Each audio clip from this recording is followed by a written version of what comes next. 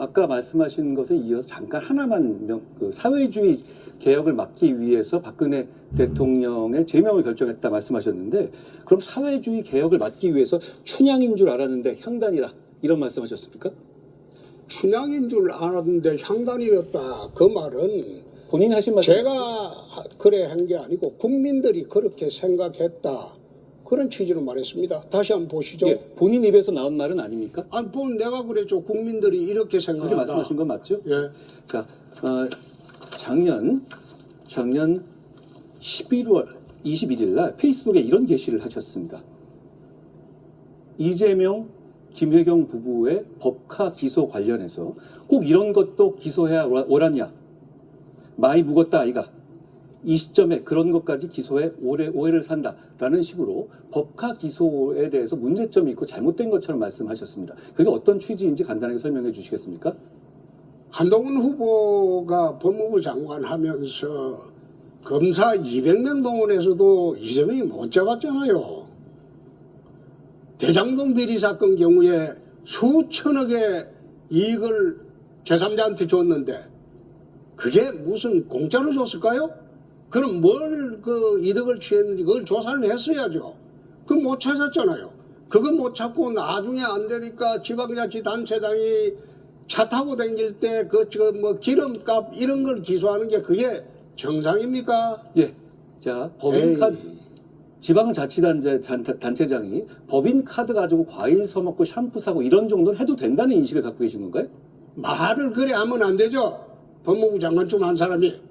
아니, 그 정도까지도 자꾸 작은 걸 끄집어내서 기소한다 이겁니다. 자, 그러면 다시 한번 묻습니다. 샴푸 사고, 제사하고 이런 것들, 과일 사먹고 하는 거 경기도 법카로 써도 그 정도는 기소하면 안 된다. 이런 생각이시네요? 기소하면 안 된다가 아니고 왜 큰 걸 놔두고 사소한 그걸 잡아가지고 그것도 기소하고 해가지고 정치적 논쟁거리로 만드냐 그 말입니다. 정치적 논쟁이 아니라 국가의 재산을 가지고 개인이 그렇게 사용하면 안 되는 거죠. 그건 그러면 홍 후보님 대통령 되시면 밑에 있는 다른 직원들이 그렇게 하면 그거 그냥 놔두실 거예요? 그래 안 하죠. 나는 그래 안 하죠. 자, 저는 이렇게 묻고 싶습니다. 저는 홍 후보님이 이렇게 말씀하신 거 혹시 이런 거 관계가 있는 거 아닙니까? 2015년에 이런 페이스북 게시 쓰셨어요. 특활비 나오면 남은 돈 집사람에게 생활비로 주고를 했고 그 돈들 모아서 집사람 비자금 만들어서 2004년 8월부터 우리은행 전농동 지점에 대여금도 금고 빌려서 3억가량 가지고 있었다. 이런 말씀 하신 적 있습니다. 그렇죠? 말했죠. 특활비 개인적으로 갖다 쓰면 됩니까? 특활비를 쓴 게 아니고 이거는 내가 설명을 좀 해줘야 되겠어요. 그때도 오해가 있었는데 내가 해명을 여러 차례 했습니다. 국회의원 할 때 절반의 세비를 집에 생활비로 줍니다. 나머지 절반은 한 500만 원 정도 되죠. 그 돈은 제 정치 비용으로 씁니다. 그러나 원내대표 겸 국회 운영위원장을 하면 특활비가 나와요. 그래서 내 정치 비용으로 매달 쓰는 400~500만 원을 그 특활비로 썼기 때문에 세비 전액을 집에 갖다 줬다. 그 뜻입니다. 그 뜻은 그렇게 말씀 안 하셨죠. 그리고 안 한 게 아니라 이렇게 말씀하셨어요. 나한테 넘어오면 내 돈 아이가. 그렇게 생각하십니까? 그렇게 생각하시기 때문에 이재명, 김혜경의 법카 유용 별거 아니라고 생각하시는 거 아니에요? 그렇게 수사를 하고 했으니까 이재명 누굽니까? 그 이재용이나 양성태가 전부 무죄가 나죠. 할 말 없으시니까 아니 할 말 없는 게 아니라 예. 수사를 그런 식으로 탈탈 털어서 먼지털이 수사를 하니까 사람들이 억울하게 감옥 가고 자살하고 한 거 아닙니까? 다시 한번 말씀드립니다. 그러면 경기나 성남에서 법카 유용한 거 지자체장의 처나 가족들이 과일 사 먹고 샴푸 사고 탈탈 터는 거고 그건 그 정도는 넘어가 줘야 된다. 이런 생각은 그대로 유지하고 줘야 계시네요. 된다고 아니고 치사하다 이겁니다. 치사하다. 아니 대장동 사건으로 수사를 잘 못해가지고 이재명이 자가 여치를 못했잖아요. 이재명이가 수천억을 제3자한테 돈을 이득을 보게 해줬으면 거기에서 뭔가 먹은 게 있을 거 아니에요. 그게 상식 아닙니까?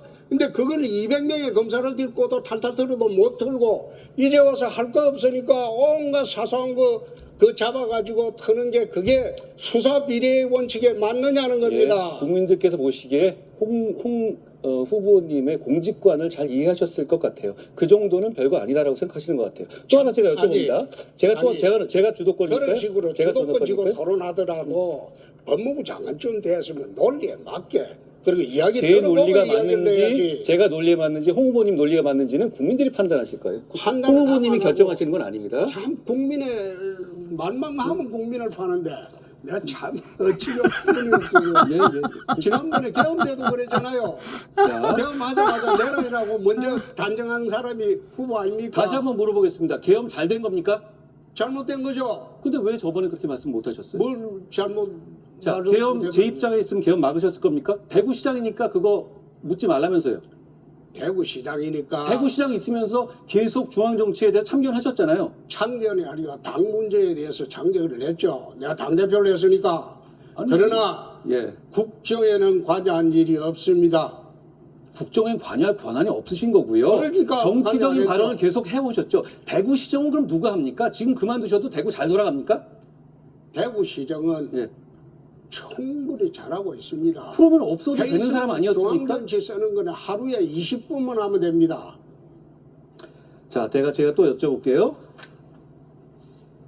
조국 수홍이라는 말은 왜 하셨던 거예요? 조국을 수호해야 한다. 조국도 역시 탈탈 털면 잘못된 것이었다. 그런 말씀을 지난 대선에서 하셨어요. 그건 왜 하신 거예요? 수사 비례의 원칙에 어긋난다는 겁니다. 그래도 조국 수홍이시네요, 지금도. 조국이가 잘못됐다 치더라도 가족 전체를 도려가는 것은 검찰 수사 관리에 어긋납니다.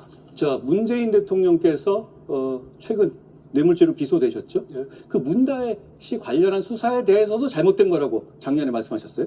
5천만 원을 빌려줬냐 안 빌려줬냐 그 말하니까 그거는 좀 그거 하다 그런 이야기를 했죠. 법에도 눈물이 있습니다. 아니, 가족 간에 그 그것도 있고. 눈물을 왜 다 홍 후보님은 민주당 쪽 사람들한테만 흘리십니까?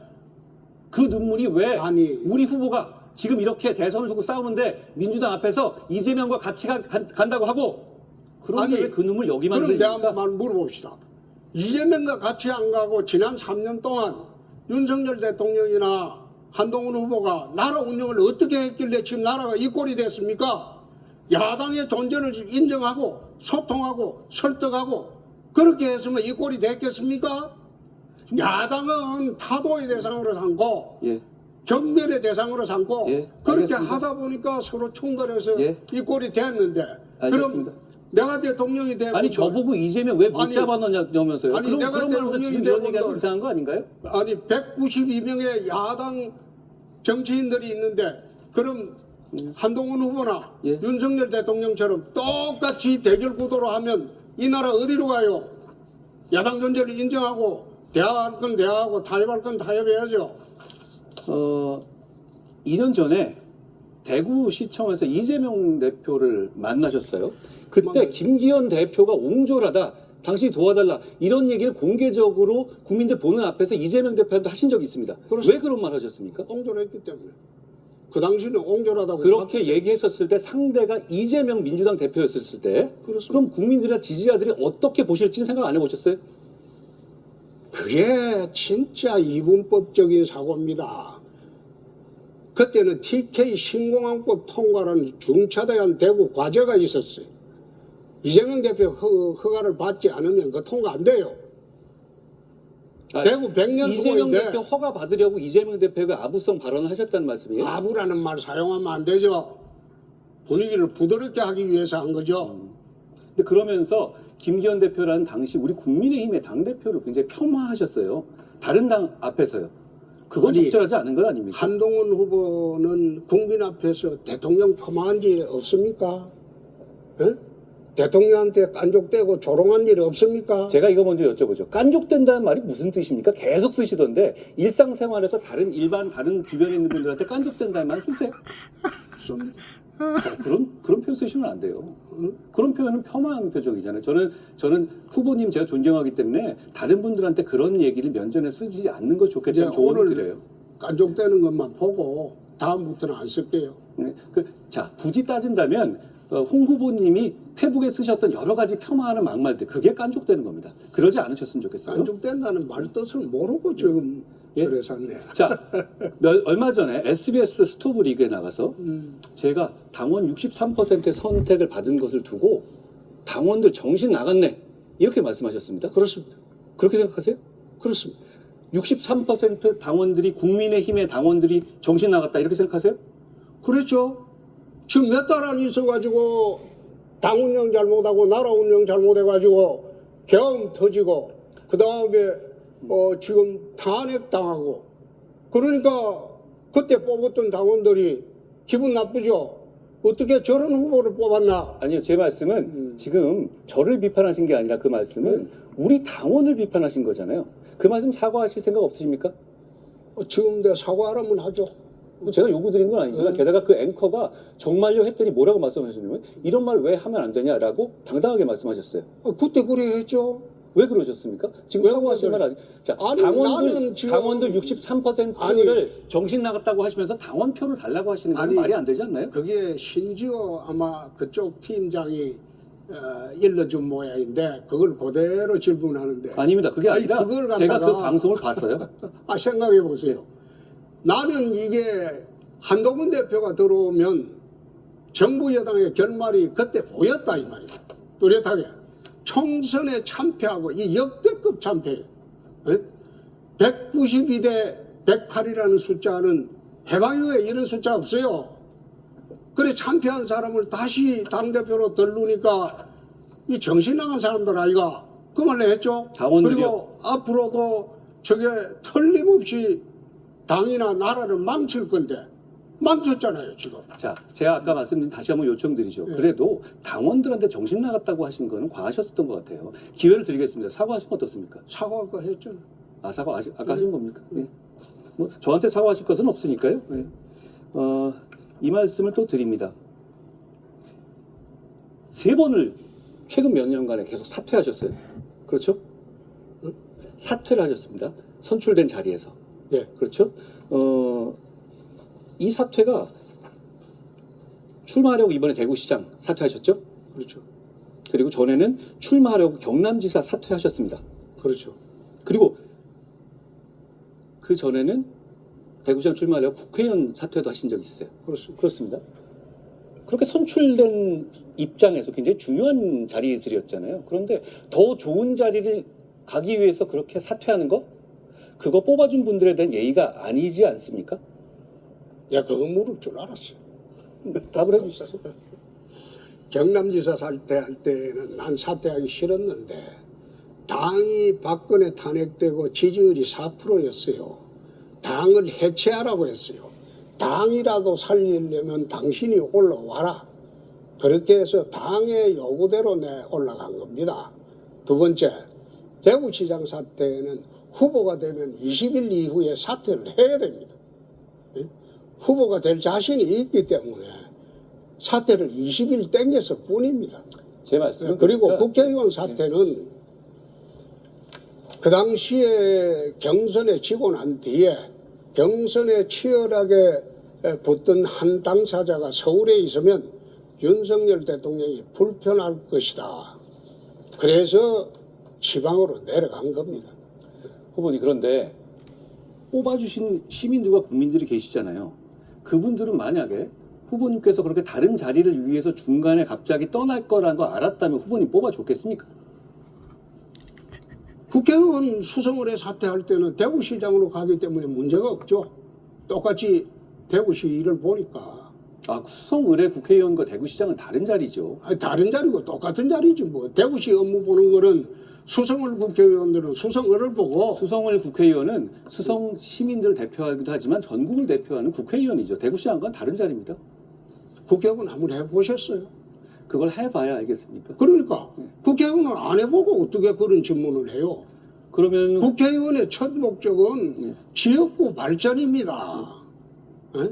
지역구 제 말씀은 그렇죠. 그거예요. 지역구 발전의 임무를 맡으신 분인데 대구시장과는 전혀 다르죠. 다르지 않죠. 더 좋죠. 대구시장의 대구시 업무는 수성을 업무는 대부분 대구시장이 결정을 합니다. 더 큰 결정자가 돼서 수성을 그 국민들은 더 좋죠. 아까 저에게 총선 패배 뭐 이런 말씀하셨잖아요. 예. 보수 정당에서 두 번 당대표를 하셨어요. 그렇습니다. 한 번은 야당, 한 번은 여당. 그런데 둘 다 중도 사퇴하셨습니다. 그렇습니다. 예, 그때 그런데 한나라당 대표 시절에는 서울시장 보궐선거 대패하시고 디도스 사건 겹쳐서 사퇴하셨죠. 그렇습니다. 그리고 자유한국당 당대표 시절에선 지방선거에서 대구, 경북 말고 전패하셨죠. 그렇습니다. 그래서 역대 지선의 최악 결과를 그렇습니다. 맞으셨죠. 네. 그 점에 대해서는 어떻게 생각하십니까? 오히려 후보님이야말로 우리 보수정당 입장에서는 패배의 아이콘 아닙니까? 아니, 나올 때마다 계속 저으셨어요. 그러면 이번 선거도 후보님이 나오시게 되면 우리 국민들과 지지자들은 패배를 떠올리지 않겠습니까? 좋습니다. 우선 서울시장 선거 때 사퇴한 거는 디도스 파동입니다. 디도스 파동은 우리 당에서 하지도 않았고, 그렇지만은 그 당시에 최고식 위원회 운전기사가 그게 파동의 주인공입니다. 우리 당원도 아니지만. 그렇지만은 최고식 위원회 운전기사가 했기 때문에 우리 당의 정서가 아주 나빴어요. 서울시장 선거에 패배했다고 해서 사퇴한 게 아니고 디도스 파동 때문에 내 스스로 사퇴했습니다. 이거 내가 한 일도 아니고 우리 당원이 한 일도 아니지만은 우리 당 의원의 운전비서가 저지른 일에 책임을 지겠다. 그게 지방선거 앞두고요. 디도스 파동이 아주 그 악재였습니다.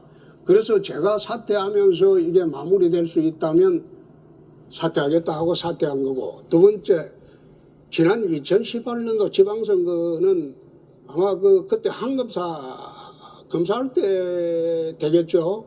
그때 왜 패배를 했겠습니까? 트럼프하고 문재인이하고 합작해서 남북 평화회담을 했어요. 김정은하고. 그때 국민의 80%가 곧 통일이 되는 줄 알았지.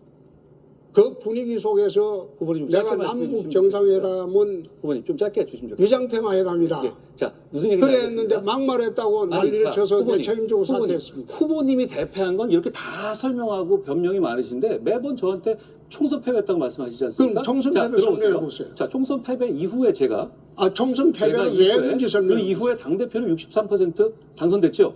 그러면 그 당원들은 이 총선 패배의 이유가 어디 있는지를 몰라서 그렇게 생각하셨다고 생각하세요? 아니. 당원들을 그렇게 폄하하십니까? 아니. 제 말씀은 총선 과정에서 있었던 여러 가지 일들 거기에 대해서는 아시는 분들 다 아시잖아요. 그리고 총선 이후에 특히 홍 후보님이 대통령님하고 여러 차례 뭐 회동도 하시고 그러면서 저한테 공격을 많이 하셨죠. 페북에도 많이 쓰시고. 네. 저거 어른스럽지 않은 아니, 행동이었다고 생각해요. 내가 하나는 이야기할게. 총선 패배 후에 네. 이건 국민도 알아야 되니까 사흘 뒤에 대통령이 이제 관제 만찬을 하자고 연락이 왔어요. 그래서 내가 관제 만찬을 갔습니다. 이제 집사람하고 같이 오라고 해서 제가 알기로는 먼저 요청하셨다고 들었는데 아닙니까? 그런 건 한동훈 후보처럼 거짓말하지 않아요. 나는. 그래가지고 가가지고 이야기를 한참 한 4시간 반을 했어요. 좀 짧게 주로 이야기 들으면서 그러면 그중에 내가 나중에 한동훈 얘기를 후보 하시죠. 관련되는 것만 이야기할게요. 자, 거짓말 하시면 대통령은 그때 이런 이야기를 합니다. 한동훈이가 총선에 이겼다면 총리로 임명하고 후계자로 삼으려고 했다. 그런 이야기를 합니다. 내 앞에서. 제가 1월에 사퇴 요구를 받았어요. 말이 되는 말씀을 하셔야죠. 아니, 그렇게 거짓말 하시면 안 돼요. 홍 거짓말이 의원님 그동안 아니고 말을 자주 바꾸시는데 그래도 여기서는 말을 좀 조심하셔야 돼요. 왜냐하면 이 얘기 아닌 거 드러나면 이재명 짱납니다. 조심하셔야 됩니다. 왜냐하면 제가 직접적으로 김문수- 사퇴하라는 요구를 받았잖아요. 김문수 그건 나중에 이야기고 워낙 예를 메이고 깐죽거리니까 사퇴하라고 하죠. 1월입니다. 아니 그러니까 1월 얘기라니까요. 아니 총선 전에 공천 가지고 싸웠잖아요. 후보님, 예, 그러니까 깐족거린다는 그런 얘기 말 했겠죠. 자체는 정말 이젠 제가 좀 말씀드릴게요. 하여튼 그게 자신 있으면 쓰시는데요. 지금 홍 후보님이 하시는 게 깐족거리는 거예요. 그런 얘기 안 하시는 게 공개적으로 우리 국민들이 보시고 뭐 오늘 우리 당을 보시는데요. 예. 깐족거리면서 서로 토론을 해봅시다. 깐족거리면서 해봅시다. 후보님 국민들이 어떻게 깐족거리십시오. 생각할지. 저는 안 그럴게요. 저는 품격을 지키겠습니다. 예. 하나 더 말씀드리도록 하겠습니다. 계엄이 해프닝이었다는 생각은 지금도 동일하십니까? 한 2시간의 해프닝이었죠. 그러면 그 이후로 제가 대구에서 많은 시민들 만났는데 정말로 소상공인들의 삶이 어려워졌다고 합니다. 환율도 폭등했고 이거 해프닝일 뿐입니까? 아무런 피해가 없었습니까? 아니 계엄 때문에 세상이 흉흉하니까 예. 그런 피해는 있었겠죠.